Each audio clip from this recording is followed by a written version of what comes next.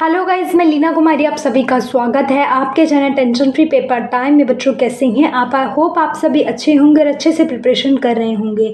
सो बच्चों, आज की क्लास में हम डिस्कस करने वाले हैं 12th क्लास की बुक का फर्स्ट चैप्टर। लास्ट क्लास नहीं देखी तो डिस्क्रिप्शन और आई कार्ड पे लिंक मिल जाएगी, आप वहां जाकर देख सकते हैं। वीडियो पे पहली बार है तो प्लीज़ लाइक शेयर सब्सक्राइब करें।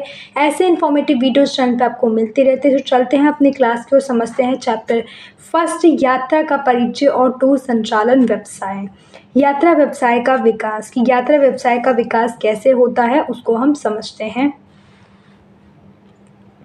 यात्रा व्यापार शब्द का प्रयोग 19वीं सदी के प्रारंभिक वर्षों से होता आ रहा है। साथ ही हम आज यात्रा व्यापार शब्द ट्रैवल एजेंसी और टूर ऑपरेशन व्यवसाय के रूप में वर्णित करते हैं।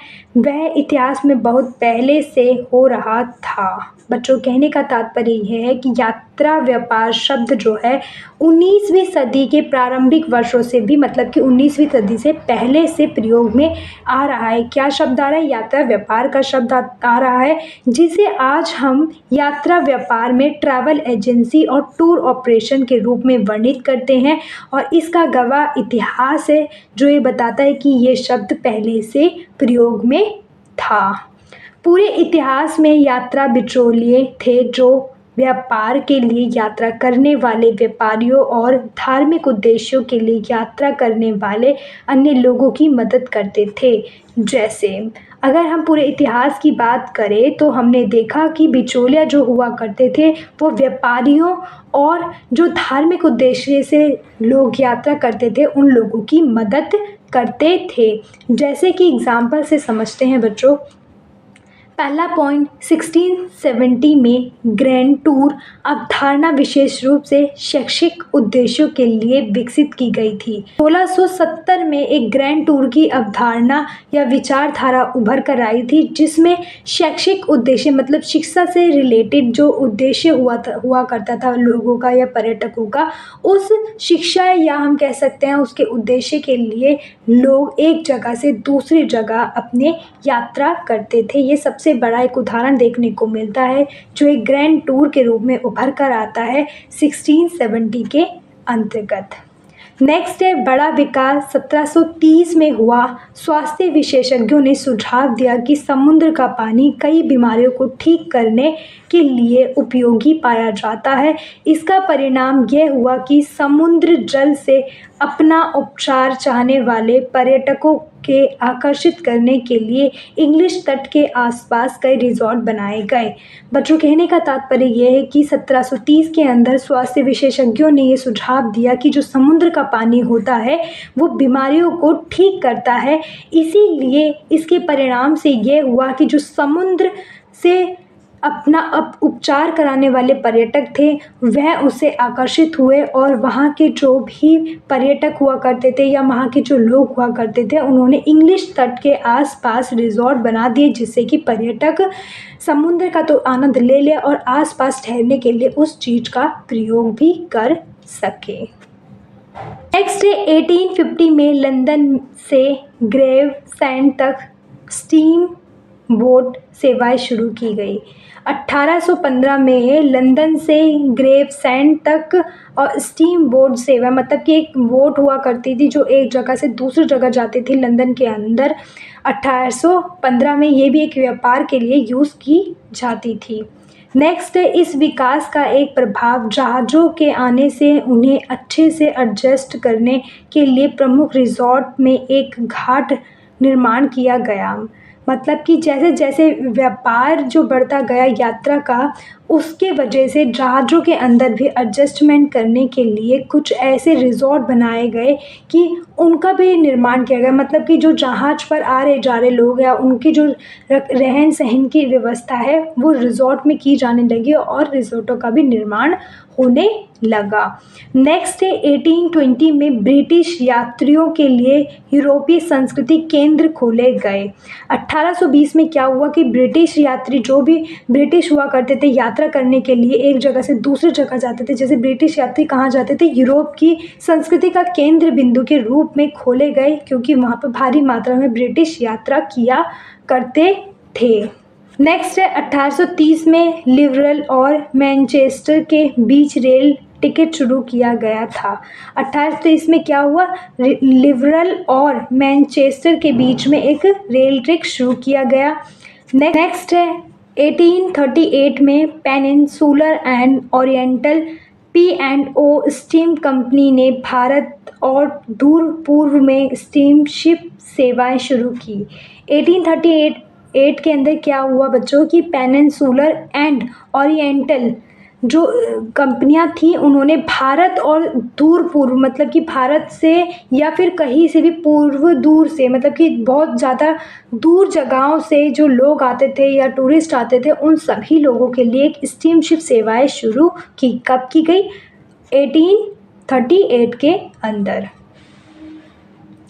नेक्स्ट 2008 में दुनिया की सबसे लंबे समय में स्थापित ट्रैवल कंपनी कॉन्ग्स एंड किंग्स की 250वीं वर्षगांठ है। बच्चों कहने का तात्पर्य यह है कि 2008 में दुनिया की जो सबसे लंबे समय से स्थापित मतलब कि बहुत समय से स्थापित एक ट्रैवल कंपनी थी जिसका नाम कॉन्ग्स एंड किंग्स था, उसकी 250वीं वर्षगांठ थी। मतलब जैसे सालगिरह होती है ऐसे ही 250वीं वर्षगांठ थी। किसकी थी, ट्रैवल कंपनी कॉन्ग्स एंड किंग्स की। ठीक है बच्चों। नेक्स्ट है कॉन्ग्स की सफलता ऐसी थी कि 18वीं सदी के अंत तक कंपनी ने 14 घुड़सवार रेजिमेंटों, 64 पैदल सेना रेजिमेंटों और 17 मिलिशिया रेजिमेंटों के लिए एजेंट के रूप में काम किया और सेना के लिए सबसे बड़ी सैन्य एजेंट बन गई। अगर हम बात करें कॉन्ग्स एंड किंग्स कंपनी की सफलता की तो 18वीं सदी के अंत तक ख़त्म होने से पहले कॉन्ग्स एंड किंग्स के पास जो ट्रैवल कंपनी थी उनके पास 14 घुड़सवार रेजिमेंटो था, 64 पैदल सेना रेजिमेंटो था और 17 मिलिशियन रेजिमेंटो था और इसकी एक सबसे बड़ी एजेंट के रूप में उभर कर आई। तो ये एक सबसे बड़ी सफलता थी किसके लिए, एक कंपनी जिसका नाम था ट्रैवल कंपनी कॉन्ग्स एंड किंग्स, इसके लिए सबसे बड़ी सफलता 18वीं सदी में उन्होंने देखी है। नेक्स्ट है ड्रमंड परिवार के साथ साझेदारी के माध्यम से कंपनी बैंकिंग में भी शामिल हो गई।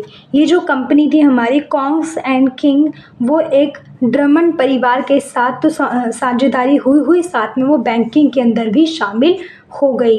1922 में कंपनी का हेनरी एस किंग बैंक के साथ मिल गई। जो हमारी कॉन्ग्स एंड किंग्स कंपनी थी वो 1922 में हेनरी एस किंग बैंक के साथ मिल गई। हालांकि अगले वर्ष ही बैंकिंग व्यवसाय बेच दिया गया और अगले साल ही उस कंपनी का जो बैंकिंग व्यवसाय था वो बेच दिया गया। पॉल मॉल भवन को कॉन्ग्स एंड किंग शाखा के रूप में खोला गया और दोबारा उसे खोलकर क्या नाम दिया गया, पॉल मॉल भवन का कॉन्ग्स एंड किंग की शाखा के रूप में उसे दोबारा खोला गया। तब से ये लंबी और घटनापूर्ण यात्रा रही है और यह सभी वर्ग के यात्रियों की यात्रा आवश्यकताओं के लिए वन स्टॉप शॉप प्रदान करता है और अब ये इतनी बड़ी शाखा के रूप में उभर कर आई है और ये घटना बहुत ही बड़ी थी जिसे याद रख करते हुए आज ये जो कंपनी है वो एक वन स्टॉप शॉप के रूप में उभर गई है और सबकी को सर्विस प्रदान करती है एक ही समय के अंतर्गत। ठीक है बच्चों।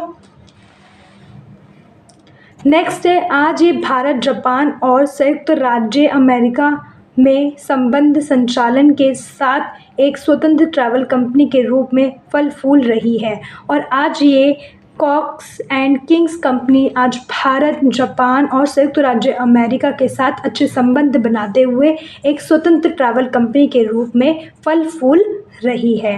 नेक्स्ट है यात्रा व्यापार के इतिहास में एक भाग्यशाली दिन तब आया जब 1841 में साउथ मिडलैंड टेम्परेस एसोसिएशन के सचिव के रूप में थॉमस कुक ने अपने एसोसिएशन के 570 सदस्यों के लिए 22 मील की दूरी तक ट्रेन से यात्रा का आयोजन किया। उन्होंने लोगों को वापस भेजने के लिए थोक में रेलवे टिकट खरीदे।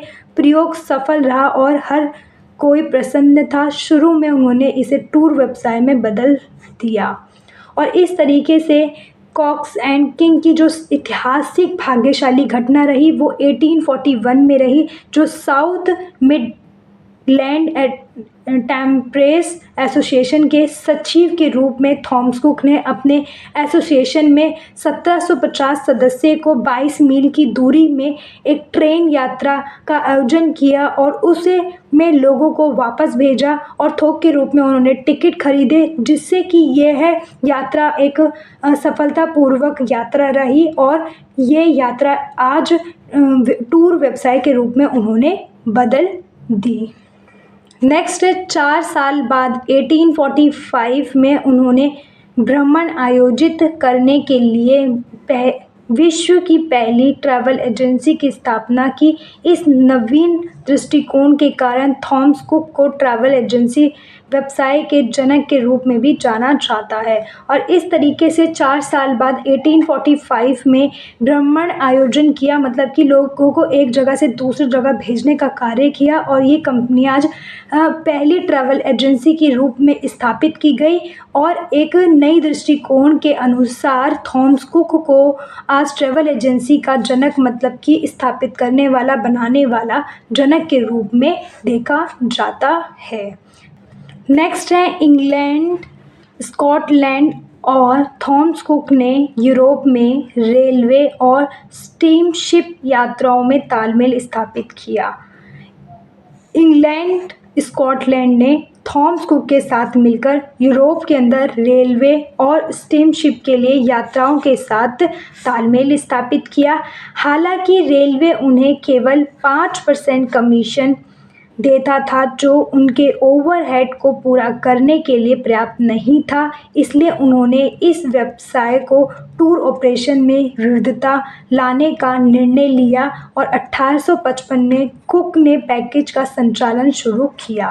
कहने का तात्पर्य बच्चों ये है कि थॉमस कुक ने इंग्लैंड, स्कॉटलैंड के साथ मिलकर रेलवे के अंदर शुरू किया था स्टीमशिप, जिसमें उन्होंने यात्राओं के साथ तालमेल स्थापित किया। उसमें उन्हें 5% ही कमीशन मिलता था और ओवरहेड पूरा नहीं मिलता था, जिसके कारण कुक ने क्या किया कि एक विविधता स्थापित की उस खाके के अंदर, या हम कह सकते हैं उस सर्विस के अंदर विविधता स्थापित कर दे कि उन्हें देंगे तो हम उनको रेलवे सर्विस ही नहीं देंगे, ट्रांसपोर्ट की ही सर्विस नहीं देंगे, हम उन्हें खाने पीने की व्यवस्था भी देंगे, रहने की व्यवस्था भी देंगे और अन्य सर्विस जो रिक्वायरमेंट होती है एक टूरिस्ट को, वो सारी सर्विस उन्हें प्रदान करेंगे एक पैकेज के रूप में। और इस तरीके से 1855 ने कुक ने पैकेज का संचालन, मतलब शुरुआत कर दिया, जिससे कि